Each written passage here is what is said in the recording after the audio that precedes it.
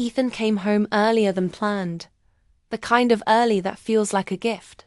The sky was still bright, the driveway warm under his shoes, and his mind was already racing ahead to the moment he would see his car again. He had imagined it all. The shine of the hood, the quiet pride of owning something he earned alone. He reached into his pocket out of habit, his fingers closing around the keys. But when he looked up, the driveway was empty. No car. No reflection of sunlight on metal. Just bare concrete and a dark oil mark that hadn't been there that morning. His steps slowed, his chest tightening as if the air had suddenly thickened. He stood there longer than made sense, as if the car might roll back into place if he waited. It didn't. The house was too quiet, the kind of quiet that feels staged. When he opened the front door, his mother was already there. Her hands pressed together, her smile stiff and thin. She didn't ask how his day was. She didn't step aside to let him in. She simply said his name, softly, like it was an apology and a warning at the same time. That was when he knew. The truth landed before the words did. "We sold it," she said. The sentence was short, clean, and devastating. Ethan blinked once, then again, his mind refusing to accept it. Sold it. His car. The one he paid for. The one he worked extra shifts for. The one he planned his weekends around. He waited for her to laugh, to say it was a joke, but her eyes slid away from his and the silence stretched. His father appeared behind her, face drawn, shoulders heavy, already looking tired of a conversation Ethan hadn't even started. "For Lily," his father said quickly, as if speed might soften the blow. "She needs help. We found a program. It's supposed to help her heal." Heal. The word echoed, hollow and vague. Ethan stepped inside slowly, the door closing behind him with a dull click. Lily was in the hallway, leaning against the wall, her arms folded tight around herself. She didn't look surprised. She looked prepared. Her eyes flicked up for a moment, then down again, like she already knew what she would see on his face, and didn't want to meet it. Ethan's heart hammered, but his voice stayed calm, almost too calm. He asked when. His mother said this morning. He asked how. His father said a friend helped handle the sale. He asked why no one told him. No one answered that one. The air felt heavy, crowded with things no one wanted to say out loud. That car was not just a thing to him. It was proof. Proof that he could set a goal and reach it. Proof that he didn't need favors or pity. He had grown up being the strong one. The one who didn't ask for much. The one who understood. Lily had always needed more time, more care, more space. Ethan had learned early how to step back. How to wait. How to make himself smaller so things stayed peaceful. The car was the first thing that felt fully his, untouched by compromise. "We thought you'd understand," his mother said, her voice trembling now. "Family helps family." Ethan looked at Lily again. She was twisting the bracelet on her wrist, the same nervous habit she'd had since they were kids. For a brief second, memory flashed through him, Lily cheering him on it. His school events, Lily laughing in the back seat when they were younger. That memory clashed hard with the present moment, where she stood silent while his life was rearranged without his consent. "Did you know?" Ethan asked her. She hesitated, then nodded. "They said it was temporary, that we'd make it right later." Later. Always later. Ethan felt something inside him shift, not explode, not break, but tighten into something sharp and focused. He realized this wasn't a mistake. It was a decision. One made easily, because in their minds he would recover. He always did. His father began explaining the program, the retreat, The specialists, the costs. The words blurred together. Ethan wasn't listening anymore. He was watching how comfortable they were spending what wasn't theirs. How quickly his effort became a resource instead of a boundary. How sure they were that love justified everything. That night, Ethan lay awake in his childhood room, staring at the ceiling. The walls were still covered in old posters he never bothered to take down. He felt foolish now, like someone who thought the rules were fair, until he realized they only applied one way. His phone buzzed with messages from coworkers, plans for the weekend he had built around driving. He didn't answer. Anger came in waves, but beneath it was something colder. A question he couldn't ignore. If they could do this once, they could do it again. His dreams, his time, his money, all available. If someone else needed them more. He thought about how easily his parents had justified it. How Lily had accepted it. How no one had stopped to ask what it would cost him beyond money. He wasn't thinking about revenge yet. Not directly. He was thinking about fairness, about being seen, about the quiet pattern that had shaped his whole life. He realized the betrayal wasn't just the sale of the car. It was the certainty that his needs came last, and always would, unless he changed something. Outside, a car drove past, its engine humming softly. Ethan closed his eyes and let the sound fade. In that silence, a decision began to form. Not loud, not dramatic, just firm. He would not let this moment pass like all the others. Something had been taken from him, and whether he took something back or walked away, he knew one thing for certain. He would never allow himself to be used again. The anger did not leave Ethan.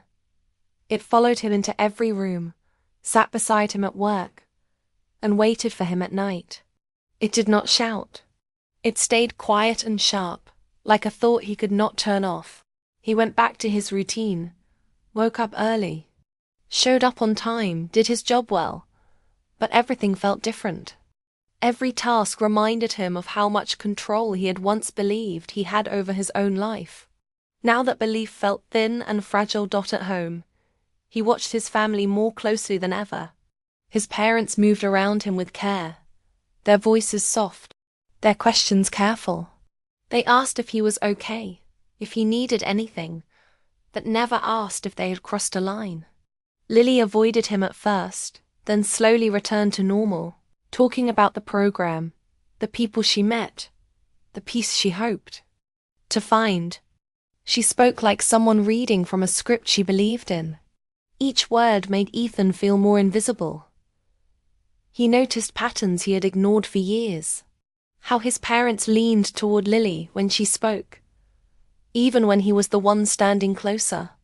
How decisions were made quietly and explained later, as if explanation could replace consent.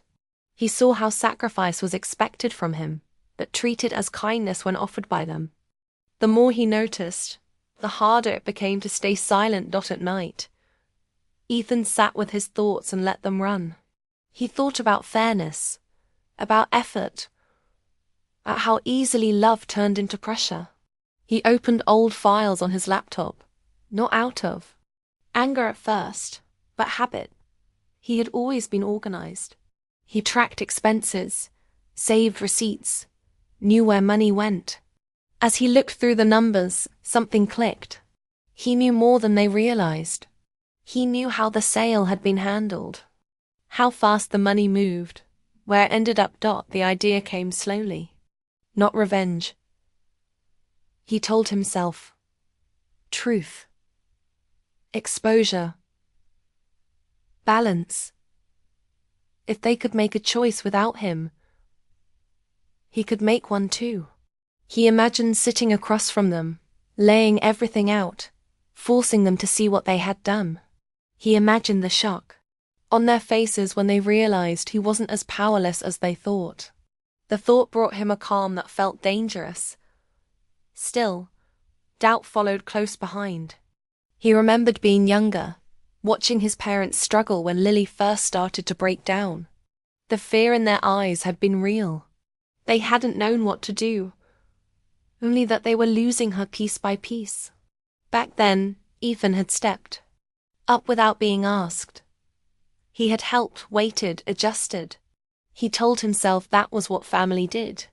Now he wondered when helping turned into erasing yourself.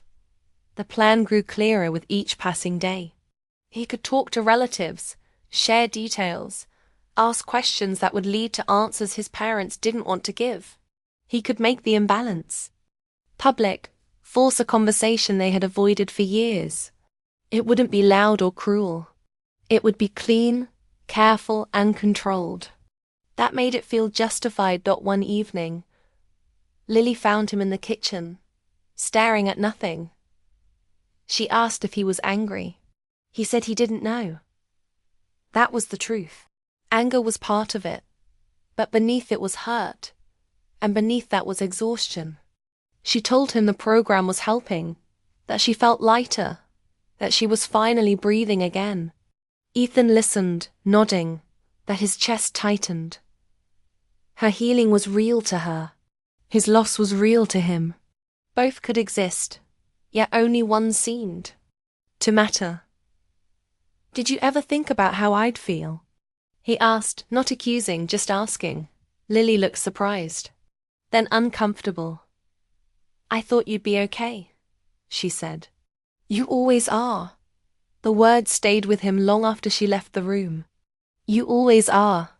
He realized how heavy that label was, how often it had been used to excuse taking from him. Being strong had become a permission slip for others to be careless with his boundaries. That night, Ethan made a choice. He would not rush. Revenge done in haste felt empty. If he was going to act, it would be with clarity. He gathered information, organized his thoughts, and waited.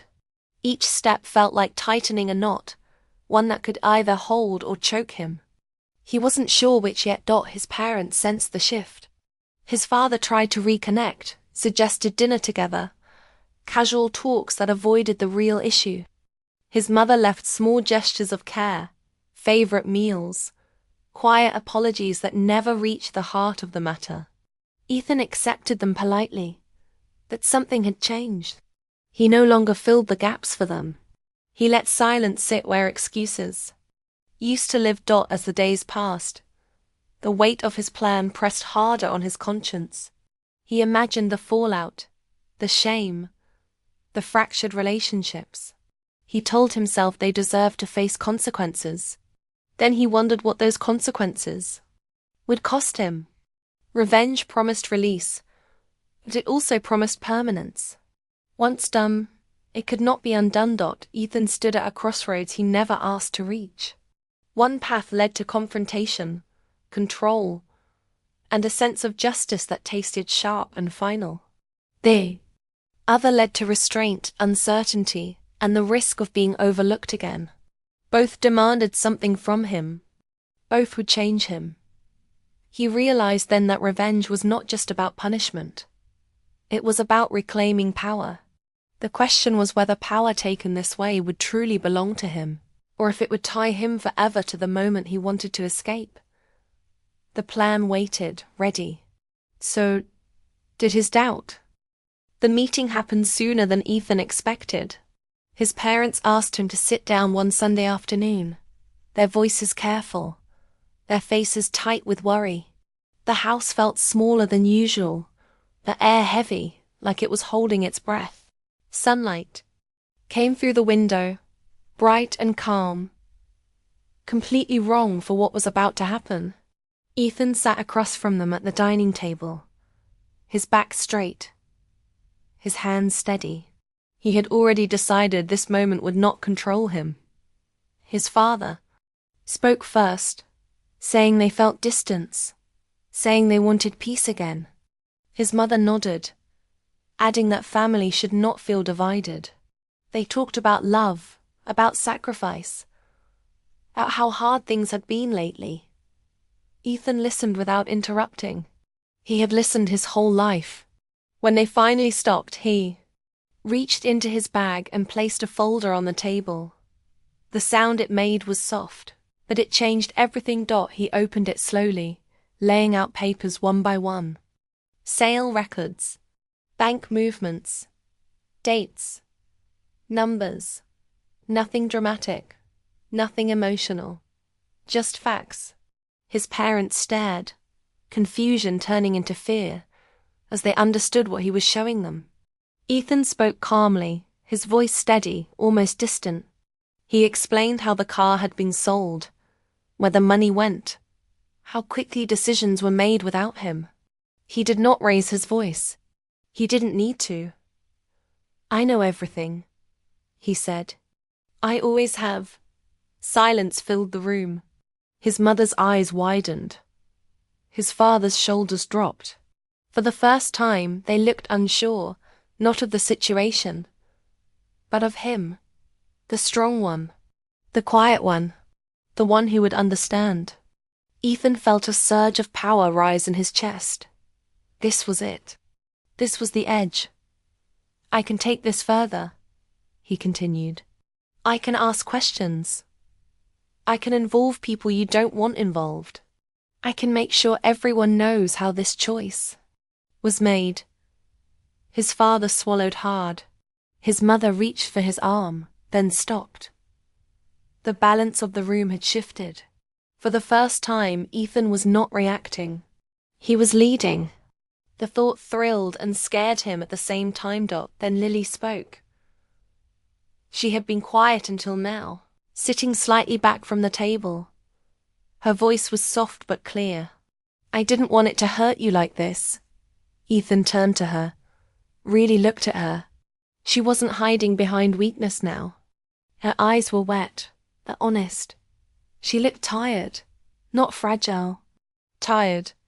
They said it was the only way," she continued. "They said you'd be okay. I believed them." The words hit him harder than anger ever could. Not because they were cruel, but because they were true. Everyone had believed he would survive this without damage. Including her. Ethan felt the moment stretch, heavy and sharp. He could still do it. The folder was right there. The path was clear. One step forward and everything would break open. He imagined the relief, the justice, the moment they would finally feel what he felt. His heart pounded, loud in his ears. But another image pushed its way in. Lily as a child, laughing without fear. His parents younger, unsure, trying their best even when they failed.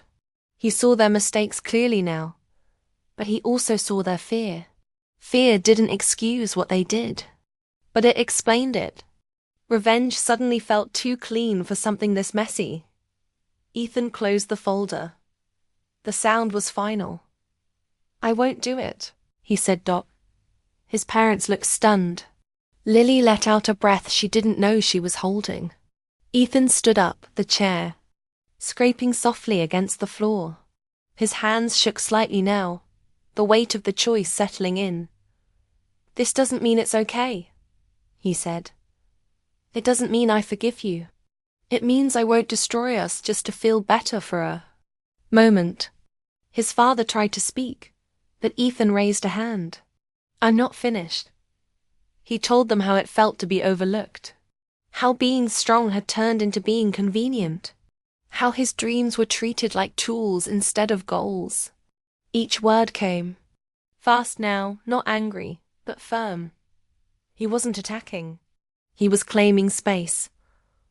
"I'm leaving," he said, "not to punish you, to protect myself." His mother's eyes filled with tears.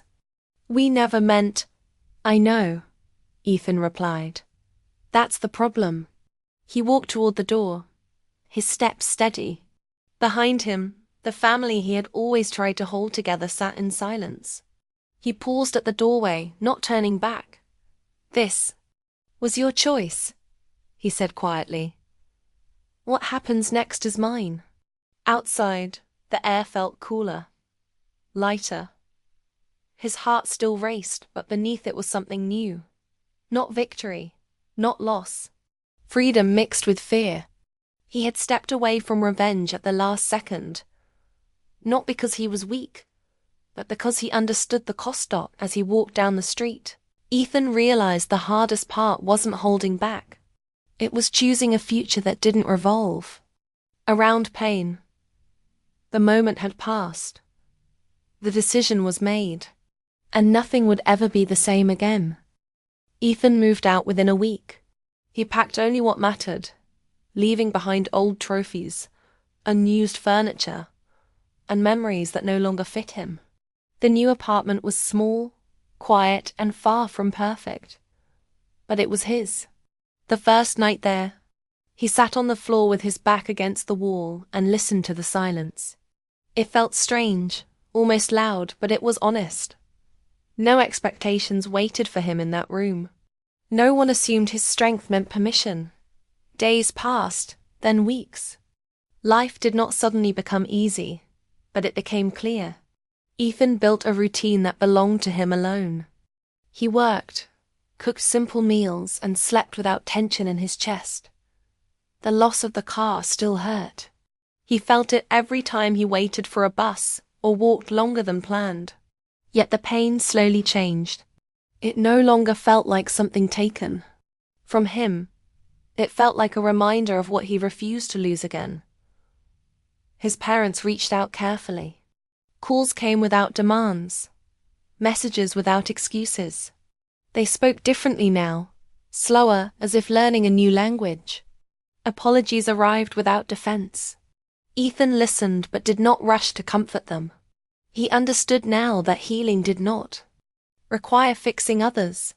It required honesty, even when it made people uncomfortable. Lily sent a message one evening, short and unsure.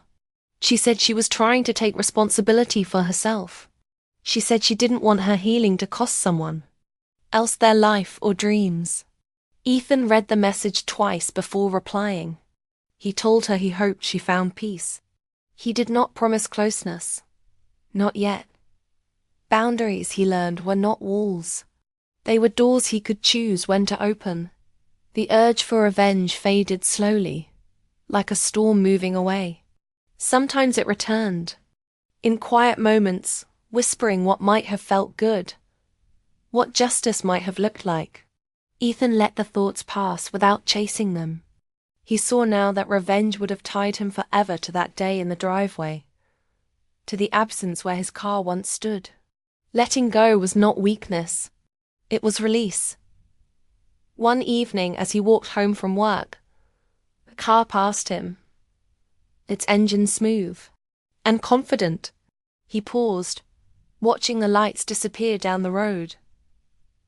Instead of anger, he felt determination. He would buy another one someday, not to replace what was lost, but to mark how far he had come. The dream had changed shape, but it had not died. When he visited his parents again, months later, the house felt different, quieter, smaller. They talked openly this time, not just about Lily, but about him, about his plans, about his limits. The conversation was not perfect, but it was real.